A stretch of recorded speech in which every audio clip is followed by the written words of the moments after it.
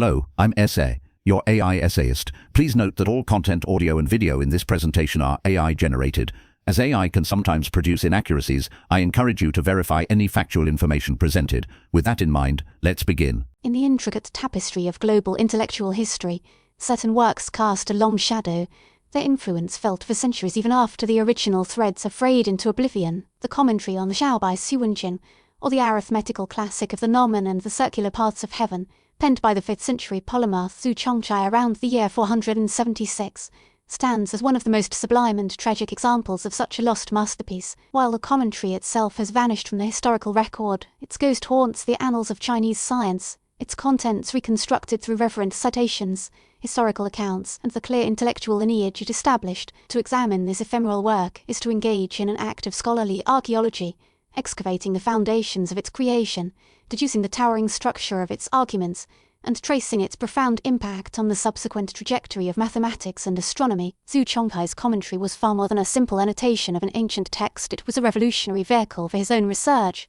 a testament to a mind that fused archaic cosmological inquiry with a relentless, nomad pursuit of computational precision and logical rigor. The intellectual landscape into which Zu Chongzhi introduced his commentary was fertile yet deeply rooted in antiquity. The Xiao by Zu Chongzhi itself, likely compiled during the Han Dynasty from much older materials, represents one of the foundational texts of Chinese mathematics and cosmology. Its concerns were primarily practical and observational, centered on the use of the gnomon, the vertical sundial post, to make astronomical measurements. The text famously contains a dialogue between the Duke of Shu and the sage Shang Gao, which articulates the Gao-Gu theorem, the Chinese analogue of the Pythagorean theorem, through a pragmatic, geometric demonstration. The cosmology it espoused, the Gaetian or celestial canopy theory, envisioned a flat, square earth beneath a domed, rotating heaven. While mathematically significant for its early application of right-angle geometry to cosmic problems, the Xiaobai was often cryptic, its mathematical assertions presented as received wisdom with minimal justification, the critical missing element with a systematic methodology of proof. This lacuna began to be filled by the great 3rd century mathematician Liu Hui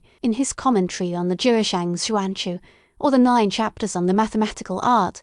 Liu Hui introduced a new standard of logical demonstration. He pioneered the method of exhaustion, a precursor to integral calculus, to calculate areas and volumes, and most famously applied it to the circle. By inscribing a series of regular polygons with ever-increasing numbers of sides within a circle, he systematically approximated its area and, by extension, the value of pi, arriving at the remarkably accurate figure of 3.1416. Liu Hui's insistence on deriving results through explicit, repeatable procedures, rather than accepting them as axiomatic, set the stage for the next great leap forward. Zu Chongzhi inherited this intellectual tradition, viewing the ancient Xiaobai through the rigorous lens forged by Liu Hui. The centerpiece of Zu Chongzhi's commentary, and the achievement for which he is most celebrated, was his astonishingly precise calculation of the ratio of a circle's circumference to its diameter, pi. The historical accounts, principally the Sui Shu or history of the Sui dynasty, report that Zu provided 2 fractional approximations and a decimal range of unprecedented accuracy.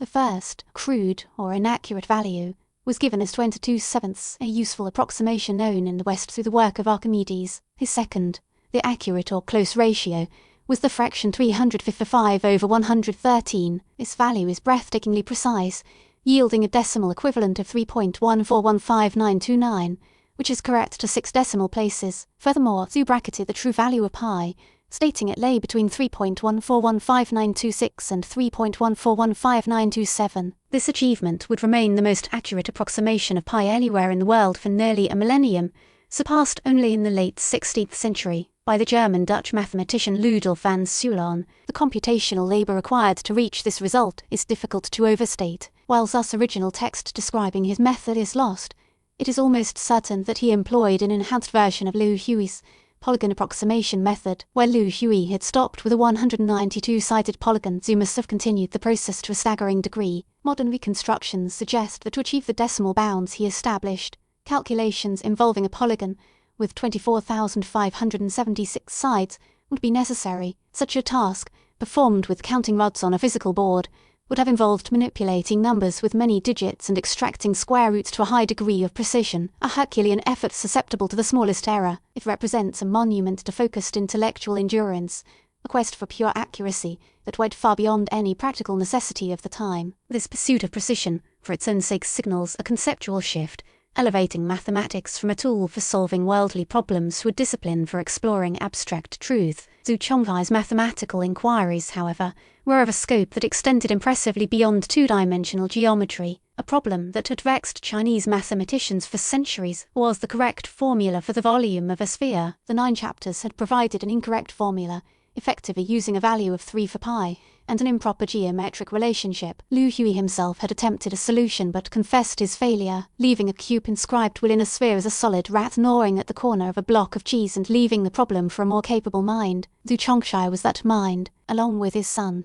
Zu Chongzhi, he correctly determined the volume of a sphere to be pi times the diameter cubed, all divided by 6. While the proof itself is lost with the commentary, it was partially reconstructed by the Tang dynasty mathematician Lai Chunfeng. The method, known as the Lai Gai or solid umbrella method, involved dissecting a sphere with a circumscribed cylinder and 2 intersecting cones by demonstrating that the cross-sectional area at any given height of the sphere was equal to the cross-sectional area of the cylinder minus the cross-sectional area of the cones. They could establish the volume relationship. This technique is a striking application of what is now known in the West as Cavalieri's principle, formulated over 1,000 years later. It reveals a profound grasp of solid geometry and the logic of infinitesimal analysis, showcasing a geometric intuition of the highest. The direct application of these mathematical breakthroughs with a field of calendrical science, a domain of utmost political and cosmological importance in imperial China. A precise calendar was a reflection of the emperor's mandate from heaven, and its accuracy was a matter of state security and ritual propriety. Zu Chongzhi applied his superior value of pi and his advanced astronomical observations to create the Daming calendar, or the calendar of great brightness, in 462. He calculated the tropical year to be 365.24281481 days, a value remarkably close to the modern measurement of 365.24219 days and more accurate than the Julian calendar then in use in the West. He was also the first Chinese scholar to account for the precession of the equinoxes,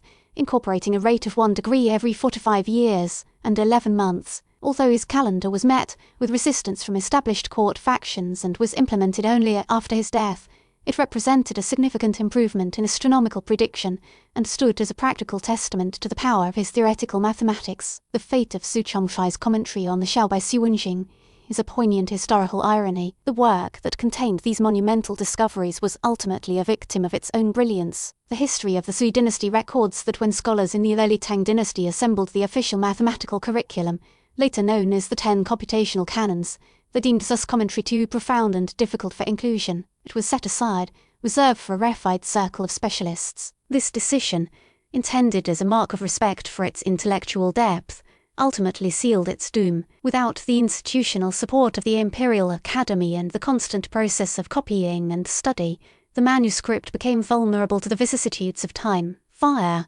and neglect, eventually vanishing entirely. Yet its influence persisted. The Zulu, or Zu's ratio for pi, became a standard in high-level Chinese mathematics for centuries. Lai Chunfeng, a leading scholar of the 7th century and the chief editor of the 10 computational canons, clearly studied Zu's work, as his own commentaries contain methods and results, such as the solution to the sphere's volume, that are directly attributable to Zu. Zu's intellectual DNA was passed down, embedded within the works of his successor. Evilist's original vessel was, in conclusion, Zu Chongzhi's commentary on the Arithmetical Classic of the Gnomon and the circular paths of heaven represents a watershed moment in the history of science. It was a work that stood on the shoulders of ancient tradition, while simultaneously reaching for an unprecedented future of mathematical exactitude. By taking the foundational geometric problems of the Xiaobai and attacking them with the logical rigor of Liu Hui, amplified by his own peerless computational skill, Zu Chongzhi transformed the very nature of mathematical inquiry in China. His determination of pi to 7 significant figures and his solution to the volume of the sphere were achievements that pushed the boundaries of known mathematics worldwide. The loss of his text is an incalculable casualty, a silent testament to the fragility of knowledge. Yet, the reconstructed shadow of his commentary serves as a powerful reminder of the heights of human intellect that can be achieved in any era. It reveals a mind that found in the circular paths of heaven an inspiration for a linear, relentless, and profoundly beautiful quest for truth. We really appreciate you tuning into this AI-powered presentation. Our goal is to push the boundaries of AI in content creation, and your input is invaluable. If there's a particular subject you'd like to see us tackle next, or if you have suggestions on how we could fine-tune our AI's creative prompts, please don't hesitate to leave your ideas in the comments section. We're excited to bring you more unique content very soon.